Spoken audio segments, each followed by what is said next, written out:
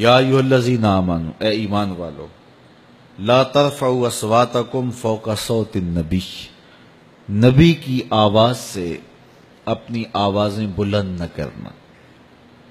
یہ حضور کی چوکھٹ کا ادب ہے کہ تمہارا لہجہ، تمہاری آواز میرے رسول کی آواز سے بلند نہیں ہونی چاہیے۔ وَلَا تَجْهَرُوا لَهُ بِالْقَوْلِ كَجَهْرِ بَعْضِكُمْ لِبَعْضٍ، جس طرح آپس میں ایک دوسرے سے چلا کر بات کرتے ہو، میرے محبوب کی بارگاہ میں یوں بات نہ کرنا۔ یہ ادب کی جگہ ہے۔ اگر ایسا ہو گیا تو پھر کیا ہوگا؟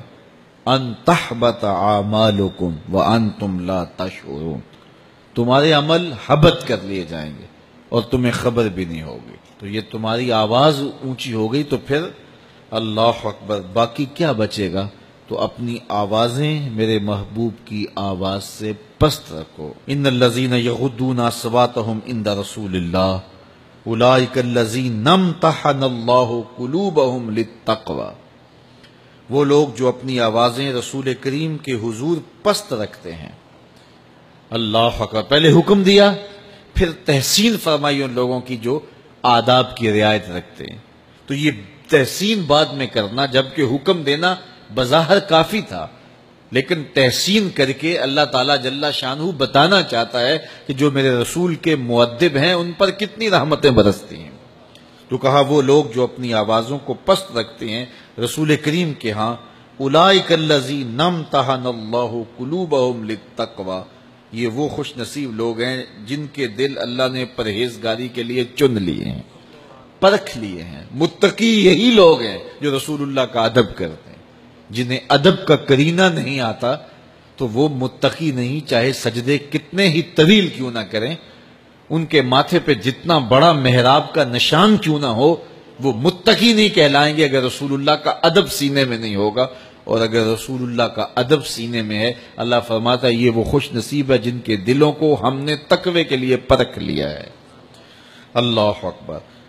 اب کافی ہو گئی بات، ان کی تحسین خوب ہوگی، لیکن اللہ فرماتا نہیں، لہم مغفرہ، ان کے لیے مغفرت بھی ہے۔ بات ختم ہو گئی، کہا نہیں وَأَجْرٌ عظیم، اور بہت بڑا اجر ہے۔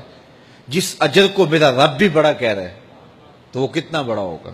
اور یہ کس کو اللہ دے گا؟ جو رسول اللہ کا ادب کرنے والے ہیں۔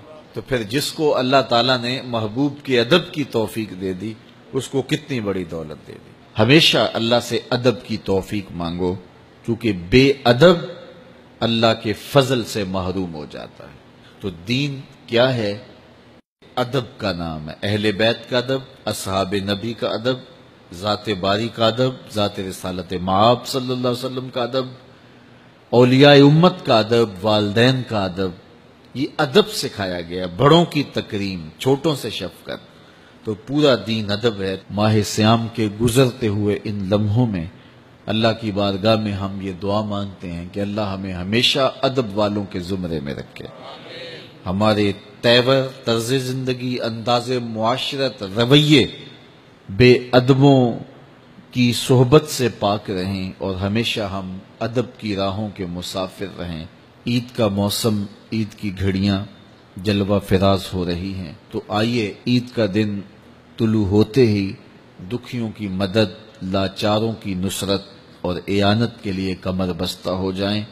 لوگوں کے ساتھ حسن سلوک رکھیں، اپنے اطراف پہ غور کریں، غرباء، مساکین، گلی محلے میں، رشتہ داروں میں، اعزاء و اقربا میں ان کی مدد کریں، اور عید کی خوشیوں میں ان کو اپنے ساتھ برابر شریک رکھیں۔ عید نئے کپڑے پہن لینے کا نام نہیں ہے، لوگوں کے ساتھ حسن سلوک اور اچھے رویے اور طرز معاشرت کی خوبصورتی کا نام عید ہے، اور ہمیں دوسروں کے دکھ بانٹنے کی، دوسروں کے ساتھ محبت کرنے کی تلقین کی گئی ہے۔ غرباء کی عزت نفس کا خیال رکھتے ہوئے ان کو تحائف دیجیے، ان سے ملیے، ان سے محبت کا اظہار کیجیے، اور اظہار بشاشت، اظہار مسرت کیجیے، ایک دوسرے کے ساتھ حسن سلوک کی عمدہ مثالیں قائم کیجیے۔ اللہ مجھے آپ کو اپنی خاص رحمتوں اور کرم نوازیوں کے حصار میں رکھے۔